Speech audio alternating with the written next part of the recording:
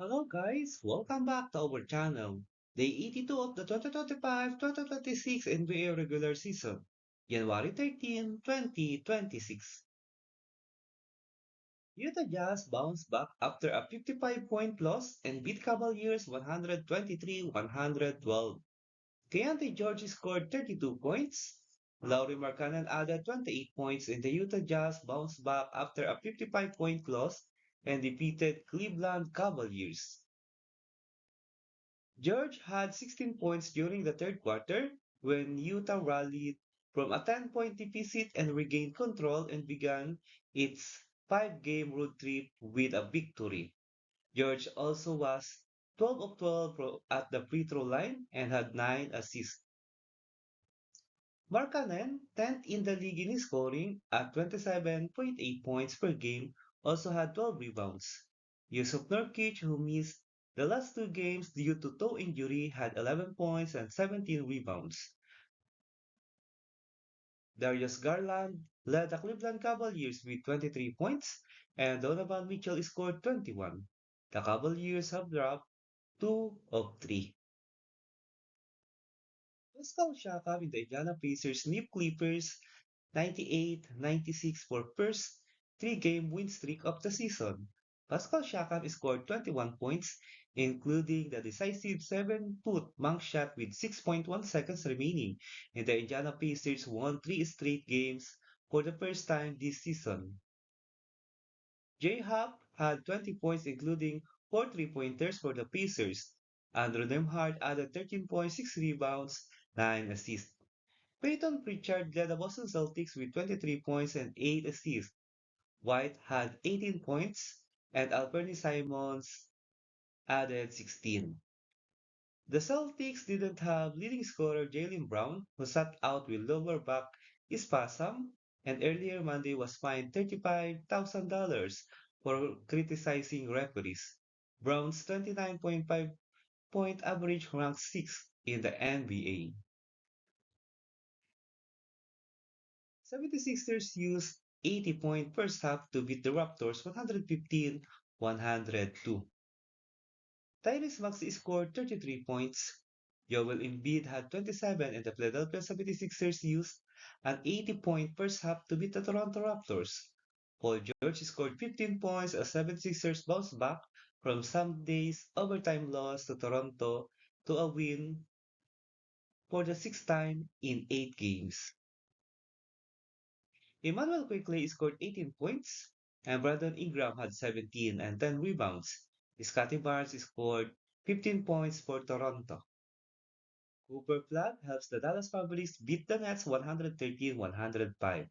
Cooper Flag scored 27 points and matched a season high with 3 steals, and Najee Marshall had 3 straight baskets down the stretch and finished with 22 points as the depleted Dallas Mavericks beat the Brooklyn Nets. The Mavericks snapped a two-game skid.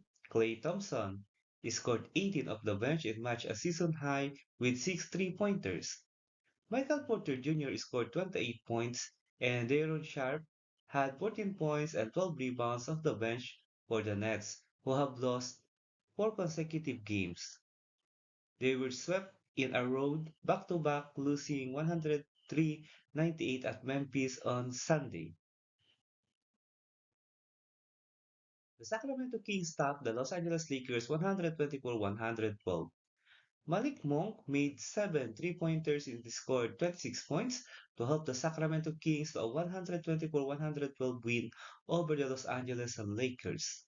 DeMar DeRozan had 32 points and 6 assists for the Kings, who won their second straight after 7-game skid.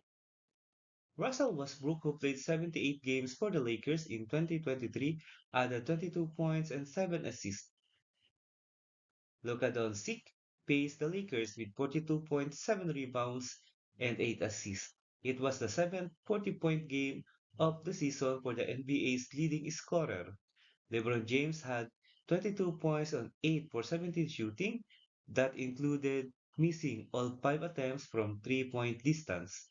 DeAndre Ayton scored 13 points to reach 7,000 for his career. Harden moves to ninth place in NBA scoring list as the Clippers beat the Charlotte Hornets 117-109. Kawhi Leonard scored 35 points and James Harden had 32 to move into ninth place on the NBA's career scoring list, and the Los Angeles Clippers beat the Charlotte Hornets for their fourth win in 5 games. Ibaka Subak had 9 points and 11 rebounds for the Clippers. LaMelo Ball had 25 points and 9 rebounds to lead the Hornets in their third loss in 4 games. Conopel scored 18 points. Moussa Deviati had 13 points and 15 rebounds. Let's proceed to the NBA regular season games scheduled on January 14, 2026. The streaking Phoenix Suns led by Devin Booker will visit Norman Powell and the Miami Heat in Kaseya Center at 8:30 a.m. Philippine time or 8:30 p.m. Eastern time. The slumping Houston Rockets led by Alperen Sengun will face the injury-depleted Chicago Bulls led by Nikola Vucevic in Toyota Center at 9 a.m. Philippine time or 9 p.m. Eastern time. Anthony Edwards and the Minnesota Timberwolves will match up against Giannis Antetokounmpo and the Milwaukee Bucks in Reserve Forum at 9 a.m. Philippine time or 9 p.m. Eastern time.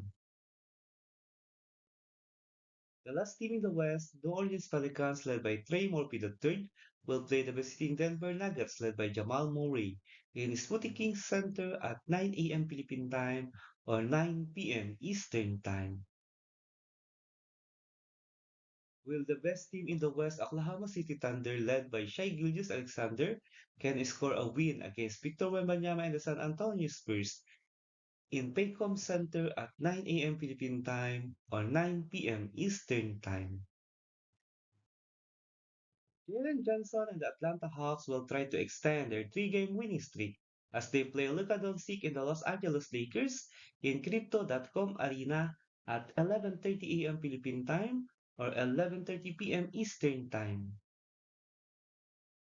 Stephen Curry and the Golden State Warriors will match up against Denny Abdiha and the Portland Trail Blazers in Chase Center at 12 noon